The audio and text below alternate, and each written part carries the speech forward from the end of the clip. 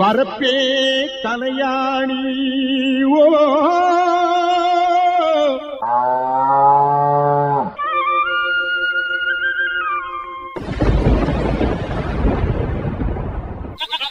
வாய்க்காலே பஞ்சுமெத்தே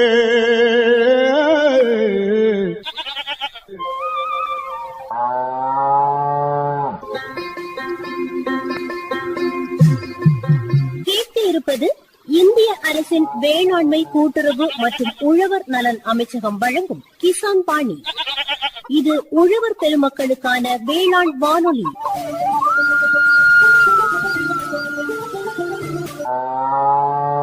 இந்நிகழ்ச்சியின் விளம்பரதாரர்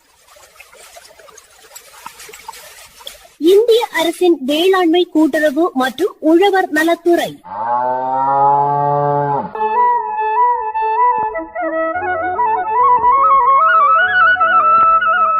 என்ன கண்ணம்மா, எப்படி இருக்க? நல்லா தான் இருக்கேன். கொஞ்ச நாள் ஆச்சு கிட்டே உன்னை பார்த்து. ஆமாம், மழையும் கொஞ்சம் விட்டு விட்டு பெய்துட்டு இருக்கு இல்லையா, அதனால விலைக்கு போறது இல்லை. இப்போ போவேன், அப்பப்போ போய் பார்த்துட்டு உடனே வீட்டுக்கு வர்றது. ஆனாலும் நான் ஏதாவது செஞ்சு வச்சிருப்பேன் சமையல்ல, எப்படியும் நம்ம கிட்ட வந்து கொடுக்காம இருக்க மாட்டான்னு சொல்லிட்டு என்ன பார்த்து மறைஞ்சு மறைஞ்சு போறது, அப்படிதானே? அப்படி ஒன்றும் இல்லை கண்ணம்மா, நீ தானே அப்பப்போ சமைச்சு நான் வரலைன்னாலும் வீட்டுக்கு அனுப்பி விட்டுற.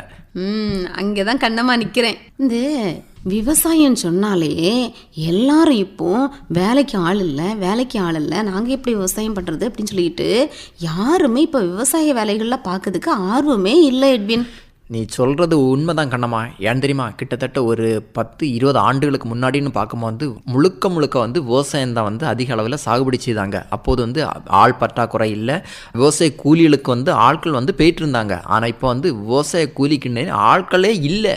ஆமாம், முன்னாடி எல்லாம் பேருந்தில் வரும்போது அங்கே இங்கே வயல்வெளிகளாம் அதிகமாக இருக்கும், ஃபுல்லும் ஆட்கள் தான் இருப்பாங்க. இப்போ பார்த்தா எல்லாம் வெறிச்சோடி கிடக்கு. இதுக்கு காரணமே ஆள் இல்லாத தன்மை தானே. ஆனால் விவசாயத்தை வந்து பாதுகாக்கணும்னு பார்க்கும்போது மக்கள் வந்து கண்டிப்பாக வந்து நடவடிக்கை எடுக்கணும். எப்படி நடவடிக்கை எடுக்கிறது? முன்னாடியெல்லாம் நடணும்னு பார்க்கும்போது நாற்றங்கால் போட்டு அது வந்து ஆள் பார்க்கணும். இப்போ அப்படி ஒன்றும் பார்க்கண்டாம். இப்போ வந்து இயந்திரம் வந்தாச்சு. அதே போல் வந்து மக்கள் வந்து இப்போ நேரடியாக வந்து விதைக்க ஆரம்பிச்சிட்டாங்க.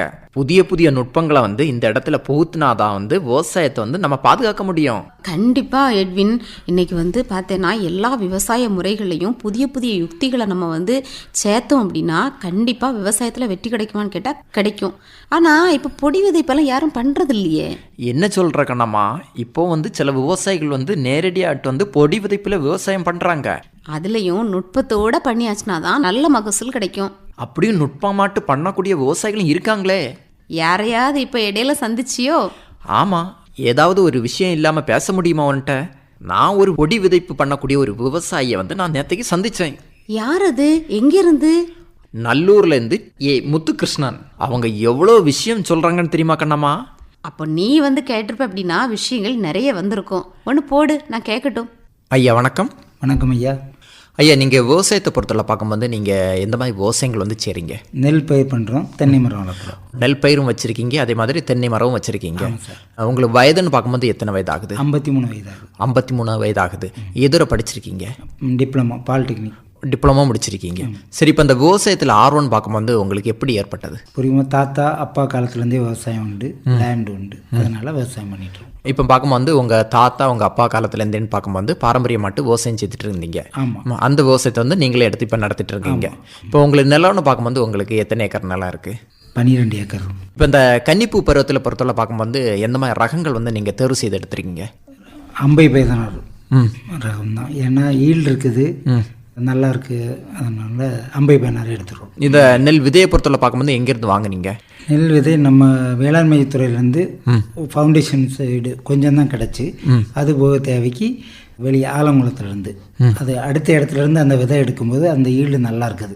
மண் மாறதுனால அந்த ஈல்டு நல்லா இருக்குது, அதனால் அதை பயன்படுத்தும். வந்து நீங்கள் வந்து அம்பை 16 வந்து இந்த தடவை வந்து தேர்வு செய்திருக்கீங்க. இது வந்து நீங்கள் வந்து பொடி விதைப்பு முறையில் பண்ணியிருக்கீங்களா, இல்லை வந்து நாற்றங்கால் முறைப்படி வந்து நீங்கள் சாப்பிடி செய்திருக்கீங்களா? பொடி விதைப்பு முறைப்படி, பொழுதியில் நேரடி விதை. அது என்ன காரணத்துக்காக வந்து நீங்கள் வந்து நேரடி நெல் விதைப்பை வந்து நீங்கள் தேர்வு செய்ய காரணம்னு சொல்லலாம்? நேரடி விதை வந்து ஆள் கூலி குறவு, அப்புறம் வந்து செலவு குறவு, அதில் வந்து ஈல்டும் நல்லாயிருக்கு, லாபமும் கூட. அதனால நேரடி விதையை பயன்படுத்தும். இது வந்து ஒவ்வொரு தடவை வந்து நீங்கள் நேரடி நெல் விதைப்பு பண்ணுறதா இல்லை நாட்டங்கள் முறை பண்ணியும் நீங்கள் பண்ணுறது தானே? ஒவ்வொரு தடவையும் நேரடி விதை தான் பயன்படுத்தும். அது வந்து நீங்கள் இந்த கன்னிப்பூ பருவத்தில்? ஆமாம். 2வது பூ பருவத்தில் மழை வந்து தீபாவளி சரஸ்வதி பூஜை இதெல்லாம் இருக்கிறதுனால அந்த சீசனுக்கு காலமழை வர்றதுனால இந்த பருவத்துக்கு நமக்கு கிடைக்காது. அதனால நாற்றுங்கள் எடுத்து நாற்று பாவி வைத்து கொஞ்சம் முன்னாடியே நடுவோம். அதனால நம்ம தை மாதம் அறக்கிறதுக்கு வசதியாட்டு நாற்று பாவிடும். இப்போ அந்த நேரடி நெல் விதைப்புக்குன்னு பார்க்கும்போது அந்த விதைகள் வந்து எவ்வளோ கிலோ வந்து நமக்கு தேவை இருக்கும்? ஒரு ஏக்கருக்கு 40 கிலோ தேவை. அதை வந்து நீங்கள் பக்குவ முறைகள் அந்த மாதிரி பண்ணுறீங்களா? அதுக்கு காய போடுவோம். வெயிலில் காய உலர வச்சு ஒரு 3 மணிக்கூர் ரொம்ப காய்ஞ்ச இதாகிரும். அது லைட்டாக காய வச்சுட்டு புழுக்கமாக எடுத்து விதைச்சாகும். சரி, இப்போ ஆரம்பத்தில் பார்க்கும்போது அந்த நிலத்தை வந்து நீங்கள் எத்தனை உழவு செய்கிறீங்க? ஃபஸ்ட்டு 2 உழவு. அதுக்கப்புறம் அந்த வரப்பெல்லாம் வெட்டி ஒரு மழை பெய்தா அந்த மண் பொங்கி போயிருக்கும். அடுத்தால ஒரு உழவு உழுது வைப்போம். அப்போ அது நல்ல புழுதி கிடைச்சிரும். அதுக்கப்புறம் ஒரு மழையோ தண்ணி பாய்க்கவோ ஏதோ செய்ய வாய்ப்பு இருக்கிறது போல் எடுத்து பருவம் எடுப்போம். கால் வந்து சமண்டுனா அந்த மண் ஒட்டக்கூடாது. அந்த ரேஞ்சில் கொண்டு வந்துட்டு அடுத்தால விதைச்சிருவோம். டோட்டலாக 5 உழவு. அப்புறம் அதை மட்டைப்படுத்த 4 டைம் அல்லது 5 டைம் பண்ணுவோம். இது வந்து இப்போ வந்து நீங்கள் ஆரம்பத்தில் வந்து 5 உழவு செய்கிறீங்க. அப்படி பார்க்கும்போது வந்து இப்போ இந்த தொழு உரங்கள் வந்து என்ன அளவில் கொடுக்குறீங்க? 1.5 லோடு ஒரு ஏக்கருக்கு போட்டு ஆள் வச்சு பொட்டி பெட்டியாக ஒரு 4 அடி 5 அடிக்கு தக்குன்னு அப்படி விரித்து போட்டு அது அந்த 3வது உழவு முடிஞ்சோடனே வேச்சு போட்டுருவோம். விதைப்புக்கு முன்னாடி அது மண்ணோட சேர்த்து விதைக்கும்போது சமமாயிரும். இப்போ பார்க்கும்போது உங்கள்கிட்ட வந்து 12 ஏக்கர் வந்து நீங்கள் வந்து நெல் நடவு செய்கிறீங்க. அப்படி பார்க்கும்போது இந்த தொழு உரம் வந்து உங்கள்கிட்ட பசுமாடு இருக்கா இல்லை வந்து நீங்கள் மற்ற மாவட்டங்கள்லேருந்து வாங்குறது தானே? அதாவது இவ்வளோ ஏரியாவுக்கு எங்கள்கிட்ட மாடு இல்லாதனால எங்கே உரம் கிடைக்கிதோ அங்கே வாங்கிடுவோம். வாங்கி போட்டுவோம். ஆரம்பத்துலேருந்து வாங்கி நீங்கள் போட்டு வச்சுறது அது காய தான் போடுவீங்களா இல்லை அப்படி அந்த சாணி உரத்தை போட்டு அப்படி உழவு செய்கிறது? சாணி உரம் வயலில் அடித்து வச்சுருவோம். வயல் அறுத்த உடனே 2 மாதம் சும்மா இருக்கும். ஜனவரி பிப்ரவரி மாசி அந்த டைமில் அடித்து வச்சுட்டு அது ஓரளவு உலர்ந்து ரெடியாக இருக்கும். எடுத்து விரிச்சாச்சுன்னா அந்த மண்ணு கூட சூப்பராக. இது பார்க்கும்போது இந்த கோடை காலங்கள்லன்னு பார்க்கும்போது நீங்கள் வந்து உளுந்து அந்த மாதிரி பயிர் சாகுபடி செய்யாமல் நீங்கள் வந்து அந்த நிலத்தை வந்து காய போட்டு காயிறது தான் அடுத்த பயிர் ஏற்றும் போது அதுக்கு ஒரு நிலம் காயிறது தான் ப்ளஸ். உளுந்து போடுறதுல அது இன்னொரு வகையானது. ஏன்னா நிலம் காஞ்சாலே நமக்கு ஒரு பெரிய. அப்போ வந்து அந்த நிலத்தை வந்து நீங்கள் கோடை டைமில் வந்து காய போட்டு அப்படி விட்டுருக்காது. இப்போ கிட்டத்தட்ட ஒரு 5 உழவு வந்து உழவு செய்கிறீங்க. அந்த அந்த பொடி பருவம் எப்படி இருக்கணும்? அதாவது இந்த 3வது உழவு உழுவும்போதே அந்த மண் வந்து பொங்கி வந்துடும். புழுதி மாதிரி இருக்கும். அப்படி திருப்பி 5வது உழவு விழும்போது அப்படி பிறுபிறுன்னு விருந்துடும். தண்ணி பட்டோன்னு விருந்துடும். அழகாரம் புட்டு மாவு வருது மாதிரி அதே மாதிரி அழகாக இருக்கும். அதை வந்து நீங்கள் வந்து 5 உழவு வந்து உழவு செய்கிறீங்க. அப்புறம் வந்து அடுத்த நாள் காய விட்டுருவோம் விதைச்ச அன்னைக்கு. அதுக்கு அடுத்த நாள் மட்டைப்படுத்துவோம். அப்போ ஓரளவு முட்டடும். அதுக்கு அடுத்த நாளும் காயும். அடுத்த நாள் மட்டைப்படுத்தும் போது 2 மரம் அடிக்கும்போது வயல் நிறந்துடும். அது அப்படி நிறுத்தி 4வது நாள் அடிக்க மாட்டோம். ஏன்னா அன்னைக்கு தான் குரோத் வரும். அப்புறம் 5 6க்கு வந்துடும். 5 அடித்தாலும் ஒன்றும் செய்யாது.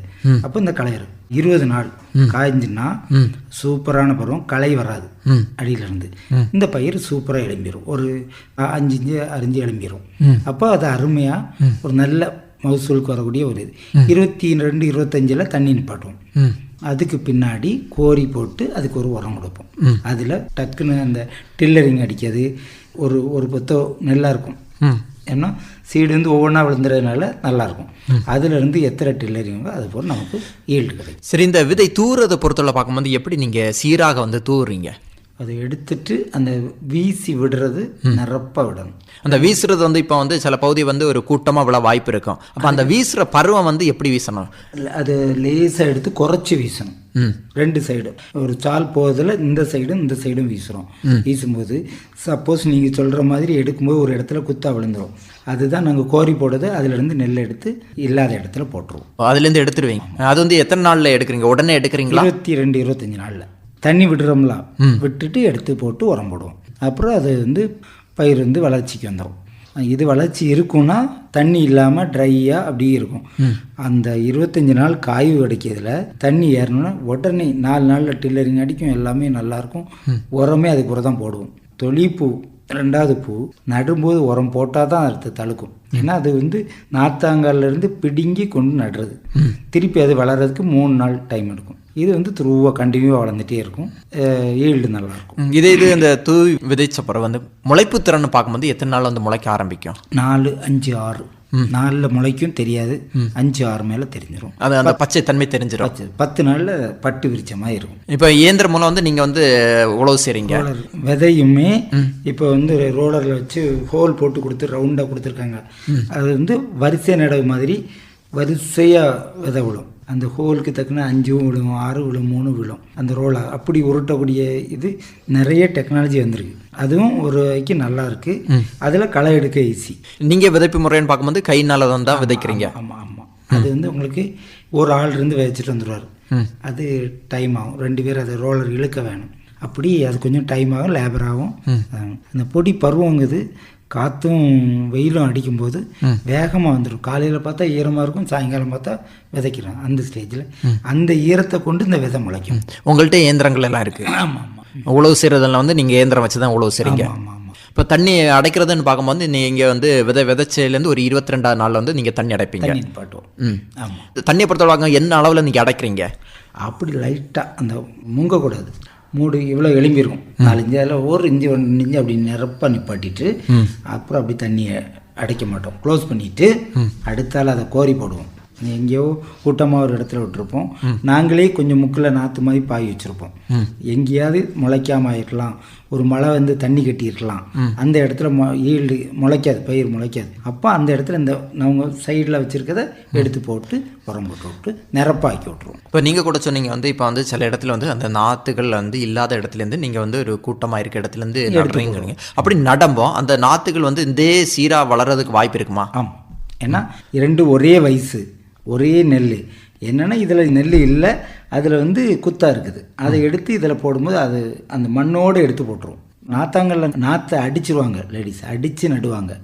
இது அந்த மண்ணோட மம்டிச்சு வெட்டி அப்படியே மண்ணில் தொடர்ச்சியாக அழகாக இருக்கும். இப்போ அம்பை 16 பொறுத்தவரை பார்க்கும்போது இது வந்து எத்தனை நாளத்த பயிர்? 135 நாள் பயிர். 135 நாளத்து பயிர். அப்படி பார்க்கும்போது இப்போ நட்டையிலேருந்து எத்தனை உரங்கள் வந்து நீங்கள் கொடுக்குறீங்க?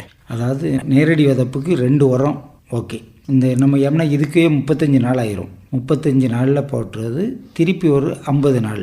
3வது அந்த பயிர் வந்து நல்லா தான் இருக்கும். தேவையாக இருந்தால் பொட்டாசியம் யூரியா மிக்ஸ் பண்ணியோ இல்லை சல்ஃபேட் பொதி வர்றது அந்த நேரம் தான் வண்டோ ஏதோ இருந்தால் மருந்து அடிக்கணும். தேவைப்படாது கூடுதலும். அப்படி இருந்தால் ஒரு மருந்து அடிச்சுக்கணும். இப்போ ஆரம்ப கட்டத்தில் நீங்கள் மண் பரிசோதனை இந்த மாதிரி பண்ணுறீங்களா? மண் பரிசோதனை எப்போ அவங்க வருவாங்க அப்போ அந்த இதில் பண்ணுவோம். இந்த மாதிரி மண் பரிசோதனைன்னு பார்க்கும்போது அதில் மண்ணுக்கு வந்து என்ன மாதிரி சத்துக்கள் குறைபாடு இருக்கிறத பார்த்து வந்து நீங்கள் அதுக்கு வந்து நிவர்த்தி செய்கிறீங்க. ஆமாம். அதுக்கு தக்கன இப்போ சில இது வந்து தலைச்சத்து குறைவாக இருக்கும். அப்போ நம்ம அதுக்கு டிஏபி எவ்வளோ இதை எடுக்கணும் அவங்களே ஒரு கால்குலேஷன் கொடுக்குறாங்க. சரி, இந்த மாதிரி வந்து பயிரில் வந்து ஏதாவது நோய்களோ பூச்சிகளோ தாக்குதல் இருந்தான்னு பார்க்கும்போது நீங்கள் வேளாண்மை துறை சார்பாகன்னு பார்க்கும்போது எப்படி தொடர்பில் இருக்கீங்க? வேளாண்மை துறையில் நாங்கள் தொடர்பில் இருக்கோம். எங்கள் ஏஓ சொன்னாச்சுன்னா இப்படி இருக்குதுன்னு சொன்னால் வந்து பார்க்க வருவாங்க. அப்போ அவங்க ஓரளவு சப்போர்ட் பண்ணுவாங்க. அப்போ நம்ம வந்து ரிசர்ச்சில் கவிதா மேடம் இருக்காங்க. எனக்கு ஒருக்க ஃபஸ்ட்டு உரம் போட்ட பிறகு பயிர் வந்து கீழே வந்துச்சு, மைனஸ் ஆயிடுச்சு. நட்டது பச்சை கிளி பச்சையாக இருந்தது. அப்படியே கறி வந்து அந்த மேடத்தை போய் பார்த்துக்கிட்டு எடுத்து ரிசர்ச் பண்ணி சரி நீ ஒரு மருந்து அடித்து அவங்க எழுதி கொடுத்தாங்க. அதை பண்ணி சக்ஸஸ் ஆகி எனக்கு நல்ல மகசூல் இருந்தது. நல்ல மகசூல் கிடச்சி. ஆமாம். ஏன்னா அதே சீசனில் மற்றவங்களுக்கெல்லாம் எப்படின்னா ஒரு பொதி வர நேரம் ஒரு புகையா நோய் வந்துட்டு அதனால அவங்களுக்கு மைனஸ் ஆச்சு. எனக்கு 1.5 மணி 1.25 மணி. அப்போ வந்து நீங்கள் வந்து வேளாண்மை துறையோட வந்து நீங்கள் தொடர்பில் இருக்கீங்க. எங்கள் ஃபீல்டுக்கே வந்து பயிரை பிடுங்கி பார்த்து என்னென்ன கண்டிஷன் என்னன்னு பார்த்து எனக்கு கொஞ்சம் செலவாச்சு. ஆனால் பயிர் வந்து இப்போ அந்த பொதி பருவம்னு பார்க்கும்போது அது எத்தனை நாள்லேருந்து வர ஆரம்பிக்கும்? பொதி வருது 80-90 நாள் நல்லா வரும். அந்த பொதி கண்ட 1 மாதம் 35 நாள் 40 நாளில் இதாக இருக்கும். அந்த பால் பிடிக்கிற டைம் வந்து ஏதாவது பூச்சிகளை தாக்குதலுக்கு வாய்ப்பு இருக்குமா? கட்டாயம் தெரியும். இப்போ அப்போ தான் பூச்சி வரும். அதில் அப்படி வர்றது தான் அந்த வெங்கனமாய் விழுந்துடும். அப்போ நம்ம அதை பார்த்து அதுக்கு ஒரு மருந்து கொடுத்துட்டோம்னா ரைட் ஓகே அது இதாகிடுச்சுன்னா அந்த பயிர் இதாகிடும். அதை வந்து நீங்கள் எப்படி கண்டுபிடிக்கிறீங்க? இப்போ வந்து நீங்கள் வந்து ஒரு 12 ஏக்கர் வச்சுருக்கப்போ இப்போ நடு பகுதியில் வந்து ஏதாவது ஒரு பூச்சிகள் தாக்குதல் இருந்தால் அதை எப்படி கண்டுபிடிக்கிறீங்க? அப்படியே வந்துகிட்டே இருப்போம், சுற்றி பார்த்துட்டே இருப்போம்ல சார். அந்த பால் இருக்க கதிரும் பால் இல்லாத கதிரவி சுருங்கிடும். அது இந்த வண்டு குடிக்கும்போது அப்போ அது உள்ள தண்டில் தான் இருக்கும். இருந்து அதுக்கு அங்கே எந்த இதுவுமே விடாது, அது இங்கேயே எடுத்துரும். அப்போ அந்த பயிர் அப்படியே வாடிடும், வெள்ளையாயிரும்.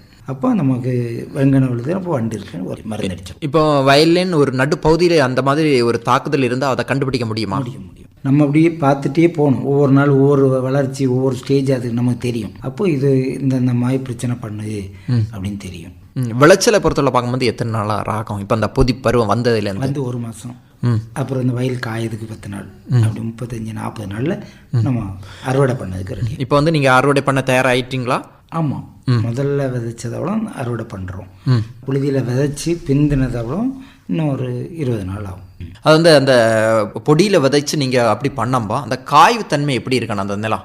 அதாவது வயல் நல்லா காய்ஞ்சி தான் நம்ம உழுது வைக்கிறோம். அந்த காய்வு முடிஞ்சு தண்ணி ஏறி திருப்பி நம்ம அந்த வயலில் சமடும்போது அது நம்ம கால் ஒட்டக்கூடாது. அந்த தன்மையில் இருக்கும்போது நம்ம அப்போ அடியில் ஈரம் இருக்கும். அந்த ஈரத்தை வச்சு இந்த விதை முளைக்குது. அப்போது அந்த லெவல் வரும்போது நம்ம விதைச்சி மரம் அடித்து நிறத்தி வச்சு 22 to 25 நாளுக்குள்ளே தண்ணி நிப்பாட்டுக்கணும்.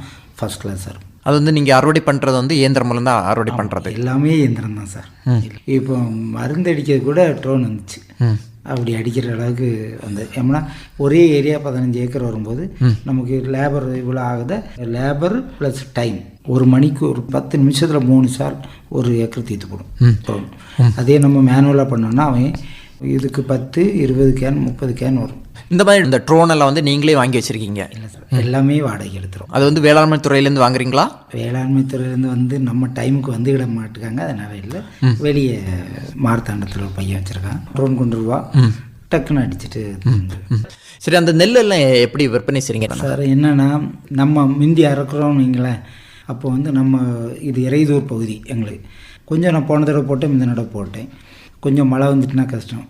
மவுச்சர் வந்து 16-15 இருக்கணும். அதை நம்ம அங்கே இருந்து இங்கே 2 ஏக்கர் நெல்லை காய போட்டுட்டு அங்கே 5 ஏக்கர் அறக்கும்போது அங்கே பார்க்க முடியல. அதனால கஷ்டமாக இருக்குது. அதனால சரின்ட்டு அங்கே பாதி கொடுப்பேன், கோட்டார் மார்க்கெட்டில் பாதி. நீங்கள் வந்து நேரடி கொள் நிலையத்துலேயும் கொடுக்குறீங்க, அதே மாதிரி தனியார் துறையிலையும் கொடுக்குறீங்க. சரி, என்ன அளவில் வருமானம் இருக்குது சார்? இப்போது ஒரு ஏக்கர்னு எடுத்தோன்னு வைங்களேன், ஒரு 1.5 மேனி விளைஞ்சால் 30 கோட்டை வந்துடும். அதே மேனி விளைஞ்சுன்னா மேனி இவ்வளவு செலவாயிரும். அதுக்கு மேலே எவ்வளோ விளையுதோ அது நம்மளோட கெயின். ரொம்ப எதிர்பார்த்து விவசாயம் பண்ண முடியாது. அப்புறம் சொந்த உழைப்பு கூட இருந்தால் தான் அந்த இதுவும் மிச்சமாக இருக்கும். எல்லாமே சம்பளம் கொடுத்தாலும் முடியாது. இது போக இயற்கை மழை வராமல் இருக்கணும், டயர் வண்டி அறக்கணும், ஒரு ஆள் இருந்து அறுத்து நெல் விற்கணும். இது நடந்துன்னா லாபம். 25 கோட்டை விளையுதுன்னு வைங்களா, அப்போ நமக்கு 5000 ரூபா கெயின். 30 கோட்டை வந்தால் 10,000 ரூபா, 9,000 ரூபா. அது போக வைக்கல் விற்கிற ரூபாயை கொண்டு அறக்கக்கூடிய செலவு அந்த லேபர் அதை கொண்டு. இப்போ என்ன சொல்கிறீங்கன்னு பார்க்கும்போது ஒரு சொந்த உழைப்பு இருக்கணும், அதே போல் வந்து இயற்கை கால சூழ்நிலை வந்து நமக்கு வந்து ஒத்து கிடச்சுன்னு பார்க்கும்போது நெல் பயிர் வந்து ஒரு அதிக லாபமானு சொல்லலாமா? அதிக லாபம் சொல்ல முடியாது. இந்த 5000 ரூபான்னு வைங்களேன், அது வரவும் செய்யலாம், வராமல் போயிடலாம். அதே மழை பெய்யுதுன்னா அது 15 கோட்டைக்கு வந்துடும், பாதி வயலில் உருந்து போயிடும். அப்படின்னு நிறைய ட்ராபேக் இருக்குது. இன்றைக்கி அறுவடைக்கு ரெடியாகி வச்சுருக்கோம். காலையில் 5 மணிக்கு மழை பெய்யுது, எழுந்திரிச்சு அப்படியே பார்த்துட்டே இருக்கோம். மனசுக்கு எவ்வளோ கஷ்டமாக இருக்குது. அப்புறம் அந்த மழை கூடுதல் ஆகிட்டுனா இன்றைக்கி ஒன்றுமே பண்ண முடியாது. அது ஓரளவு பெய்யுது, விரைச்சிட்டு ஒரு 10-15 நிமிஷத்தில் போயிட்டு. சில ஏரியாவில் கூட மழை பெய்யுருக்கு. அந்த மாதிரி வரும்போது ஒன்றுமே பண்ண முடியாது. அதனால் இப்போ 11 மணி வரை அறக்கவே முடியாது. ஏன்னா நெல்லில் ஈரப்பதம் இருக்குது.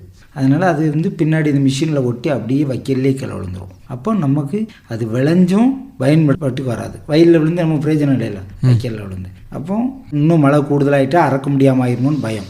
அப்போ நமக்கு வந்து மனசு வந்து அங்கே இங்கேன்னு தத்தளிக்குது. அப்போ இந்த மாதிரி காலகட்டத்தில்னு வந்தோம் இயற்கை வந்து உங்களுக்கு கை கொடுத்துன்னு பார்க்கும்போது வந்து அது உங்களுக்கு வந்து நெல் அறுவடைக்கு வந்து ஒரு நல்ல பலன் கொடுக்குன்னு சொல்கிறீங்க. வயலாக இருக்கிறோம் சார், வயல் காஞ்சிருந்தா டயர் வண்டியாக இருக்குது. அடுத்தால ஒரு நாள் வைக்கல் அதே வயலில் காயும், அடுத்த நாள் நமக்கு மிஷின் போட்டு கட்டுறோம். இதை எடுத்து வெளியே நம்ம கொடுக்குறவோ ஒரு இடத்துல அடைக்கிறது வர மழை இல்லாமல் இருந்தால் அது சக்ஸஸ் ஆகும். அதையே நனைஞ்சிட்டுனா பாதி வைக்கலை கட்ட முடியாது, காயப்போட சம்பளம் எல்லாம் பார்த்தா ஹெவி லாஸ் ஆகிடும். அந்த வைக்கோலில் வந்து நீங்கள் வந்து நேரடியாக கொடுக்குறதா இல்லை வந்து நீங்கள் அந்த வைக்கோலை கெட்டி அந்த மாதிரி ரோல் பண்ண அப்புறம் கொடுக்குறது தானே? நான் எனக்கிட்ட சொந்தமாக மிஷின் இருக்குன்னு நான் கட்டி கொடுப்பேன். சில ஆட்கள் வந்து வைக்கோலை அப்படியே விலைக்கு தருவாங்க. நம்ம வாங்கி வேறு வியாபாரிகள் இருக்காங்க, அவங்க வாங்கி கட்டி ஒரு கட்டுக்கு இவ்வளோ வரும் அவங்களுக்கு கமிஷன் போட்டு விற்றுருவாங்க. மொத்தமாட்டு கொடுத்துருவீங்க. அப்போ அதுவும் வந்து நமக்கு வந்து இயற்கை கால சூழ்நிலை கிடச்சுன்னு பார்க்கும்போது அது ஒரு லாபம்னு சொல்லலாம். வைக்கோல் கட்டாயம் லாபம். அதாவது உழவு விவசாயிக்கு உழவுக்கும்போது தான் மிச்சம்பாங்க. அதே மாதிரி அது வைக்கல்லாம் கிடைக்கும்போது தான் நம்மளை ஒரு சப்போர்ட் பண்ணும். இவ்வளோ நேரம் வந்து நெல் சாகுபடியும் சந்திக்கும் சவால்கள் பற்றி நல்ல அருமையான கருத்துக்கள் சொன்னீங்க ஐயா. நன்றி, வணக்கம். நன்றி, வணக்கம்.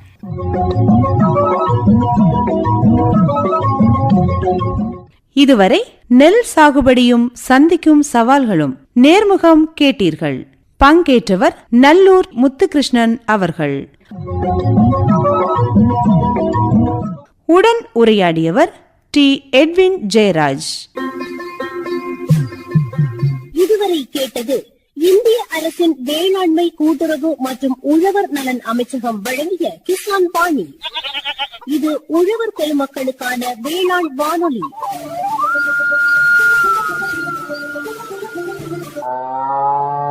இந்நிகழ்ச்சியின் விளம்பரதாரர் இந்திய அரசின் வேளாண்மை கூட்டுறவு மற்றும் உழவர் நலத்துறை.